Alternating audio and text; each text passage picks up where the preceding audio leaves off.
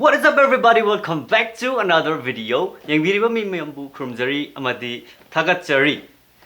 Ngasi video khar sange boko. Aduna sasa thau na bator se. Masi ki video se Sonia Macha natraga Sonia Samjetsabam actress ne Manipuri film gi ko. Yo. Aduna she is in a few films. Aduga masu YouTubers so ai adu yam successful YouTubers so ai 100k hele.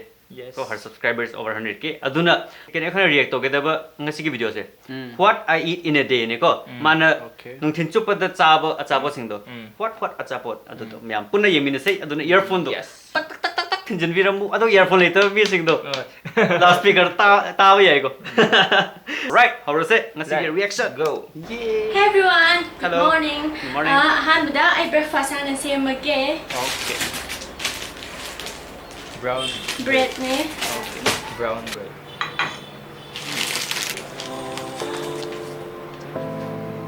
Brown bread ne ko. Peanut butter. White bread. Bread di how peanut butter farm. Peanut butter. Sausage. Sausage di how ni. Adu sausage he na ok marin na na. Tume nang have it. Ye room. White material. White material. Just kidding. Look sunny side up. Yeah. Hey ramen is simple. Eggs. Sangom. Milk. Oats. Hey oats this papam de. Hey oats sad. Palm na ba chap na tisidi sweet oil na ba. Weight 100 na ba. Okay. Strawberry. Strawberry su sin mane. Thumba malaga. Sin.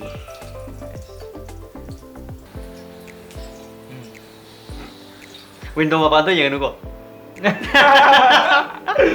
Okay. Du hire me cái nó ba. Mina yang dan naman ya. Yeng anu ada yeng wa ni. Wow, how itu male. Cha thak ta ni green tea thak ni zest. Yang. Mat. Cha thak te ma de. Cha thak tadi breakfast wa idre. Rahul ni cha ya dari ya ni ma de. Ma di chak ma ji lok chen ma ngam ne. Rahul compulsory ne cha. Sandwich. Sakla me ta. Si cha ba. Cha le tadi tu. Oh. Cha ro ising ro. Hadi ro. Adu tu ut ka da ne. Adun. Yang.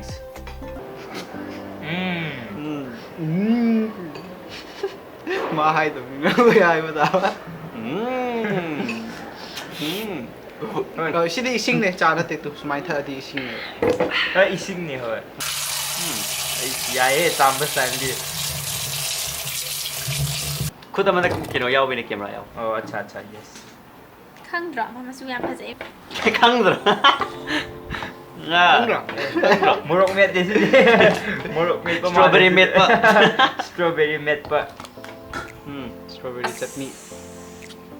Chắc làm bona. Trong wai ko yeng ba se. Dono kari. Chini ro thum ro. Thum. Chini. Thumra chini ro. Chini ne. Eh? Kaino sung em hap thar dina. Akupa chini. Powder chini. Acha. Sin bagi ne man chini apsali do. Acha. Ya ya. Mana ot chawa de de. Like cancel. Nothing bro. Ot chawa Useless. like cancel lo khari de. Sina ke do na ba. Oh, Freeze da. con nó cha rồi. Hore nung tin cha na ba. Oh, G7X. Ngam phase. Canon G7X. Camera, cute girl. Sundubu. Beef. Kimbap amlor ni. Oh, kimbap di. Oh, Korean restaurant da phang Okay. Kimbap. Korean food. Hoi, Korean food ne. Sumuk cha ba nong mo da nang. Hindi ge. Adi yamal le. My everyday. What I eat in a day. So my everyday already is your Sushi. Kumain sa dia kai di hafta ma da drum mo. Drum. Ai di chopstick pa ba hi dai ti de ba. Ani na sa. Chopstick to sumain da. Hey, hey. Hey.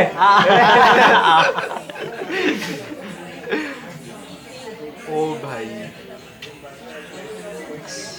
Macha to khuya mama. Sing ba. Sumuk cha ba. Sakla be. Chari ate kai wan di ge. My digestive system do. Very good. Hey. So kaya sa bang ngam di. Shrimp bro. Love is patient, love is kind, it does not envy, it does not boast. Oh, see the Bible Bible verse. Yeah, Bible verse. Nice.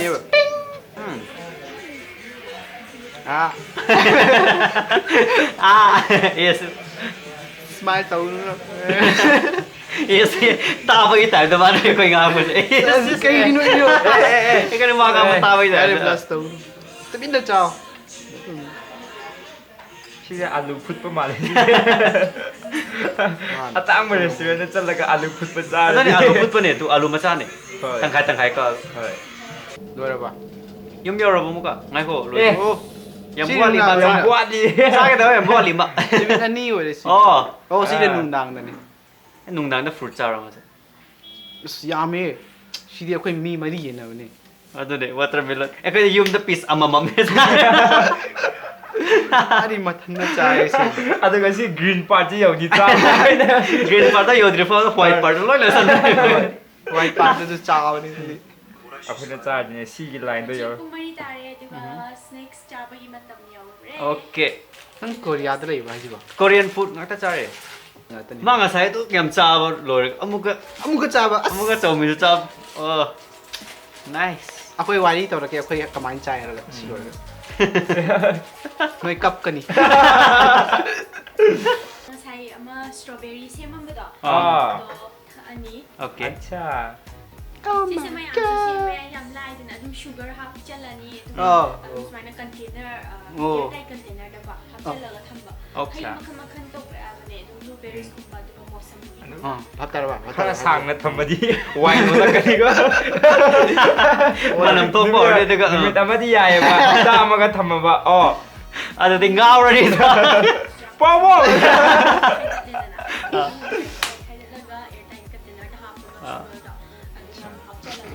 Fridge manung da thambra. Okay. Acha. Maya ni. Oh. Oh, mana ngasay kano chini yam happy do. Ising happy ba yun ni? Acha acha. Okay. Eh, may nga sito ayos da sami do mana. Defrost daw ni ba? Kay do ba ba? Defrost. Oh, acha. Acha. Okay. How do Mali? Kasi mix to gusto. Yare na ko kayo. Ako yung wala ba chopstick da? Lek pa yaman Tara tham ka ni ko ni. Eh, How busan ni. Si Ma nung din snacks ni ko sig. Hoy, pung mari. nung dangit sa awan. Sabay ka ro kita. Nung dangi snacks wali. Eh, camera siya oy. CCTV camera. At light up pa. Holder ne. Holder. Eh, holder. Saturday, Wire, Sunday wire. mo. Oh bhai sa. ယုံတဲ့ထုံမှာကြိုင် Okay. ငါစီဒီ Friday တိုင်အတူက Friday ရကချူတီဇွဲဘာခွင့်ကိုချင်းကြီး Ado yung mapana Ito yung sa. mapana. တောက်ရတယ် Aha. Nay tin kaya lang iot lagi. Ang cocktail. Ay di mali mangarap sure. broccoli Broccoli. kang ngong re pan irole Okay. Saksi pung kaya sa akin mo. ay pimples yung siguro Ay sige. Pimple. Broccoli to how it. နုံဒန်ကြီးဒီနာပန်အီရိုမဇေအခုမိတ်တေးရင်ကြောင်းဝင်ကြရခဲ့တော့ပါ Hai rồi. Phải tao pump.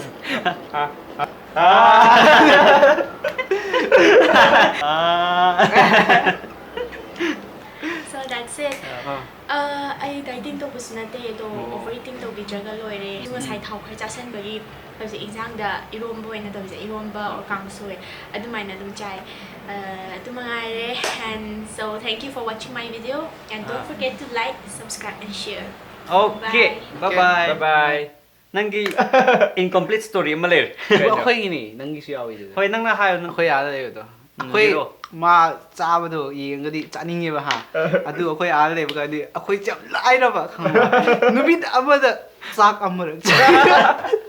ꯑꯗꯨꯁꯨ ꯅꯨꯡꯗꯥꯡꯒꯤ ꯆꯥꯛ ꯑꯗꯨꯁꯨ ꯅꯨꯡꯗꯥꯡꯒꯤ ꯅꯩꯗ꯭ꯔꯥꯕ ꯁꯤꯅꯦ ꯑꯩꯈꯣꯏ ꯂꯥꯏꯔꯦ ꯍꯥꯏꯗꯤ ꯃꯣꯏꯒꯨꯝꯅ ꯁꯨꯃꯥꯏꯅ ꯄꯩꯁꯥ ꯄꯥꯏꯔꯒ ꯔꯦꯁꯇꯨꯔꯦꯟꯗ ꯆꯠꯂꯒ ꯆꯥꯗꯦꯕ ꯑꯩꯈꯣꯏ ꯈꯪꯕ ꯑꯗꯨꯁꯨ ꯀꯩꯅꯣ ꯆꯥꯛꯅꯦ ꯗꯥꯜꯅꯦ ꯑꯣꯝꯂꯦꯠ ꯑꯃꯅꯦ ꯖꯦꯜꯒꯤ ꯆꯥꯛꯒꯤ ꯆꯞ ꯃꯥꯟꯅꯩ ꯚꯥꯏ ꯅꯣꯏ ꯈꯪꯗꯕꯅꯤ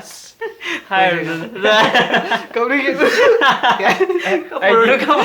ꯅꯕꯥꯅꯤꯗꯤ ꯈꯪꯗꯦ ꯑꯩꯗꯤ ꯒꯨꯋꯥꯍꯥꯇꯤꯗꯗꯤ ꯐꯖꯅ ꯆꯥꯏ 마리 오고는 아무는 ꯑꯩꯈꯣꯏꯗꯤ ꯀꯪ 아거디 제일이 돌아보네 델리 하이저 거기 제일네 Alright guys ngasi ꯑꯩꯈꯣꯏ ꯁꯣꯅꯤꯌꯥꯅ ꯆꯥꯕ ꯆꯥꯛ ꯏꯟꯖꯥꯡ ꯃꯌꯥꯝꯗꯣ ꯌꯥꯝ ꯍꯥꯎꯒꯗꯧ ꯃꯥꯜꯂꯦ ꯅꯨꯡꯉꯥꯏꯔꯗꯤ ꯃꯌꯥꯝ ꯂꯥꯏꯛ ꯅꯝꯕꯤꯔꯝꯃꯨ ꯑꯗꯨꯒ Sonia, if you're watching, thank you so much for the awesome video. I kind of react to her.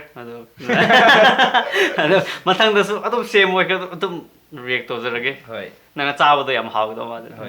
Alright guys, thank you so much for watching.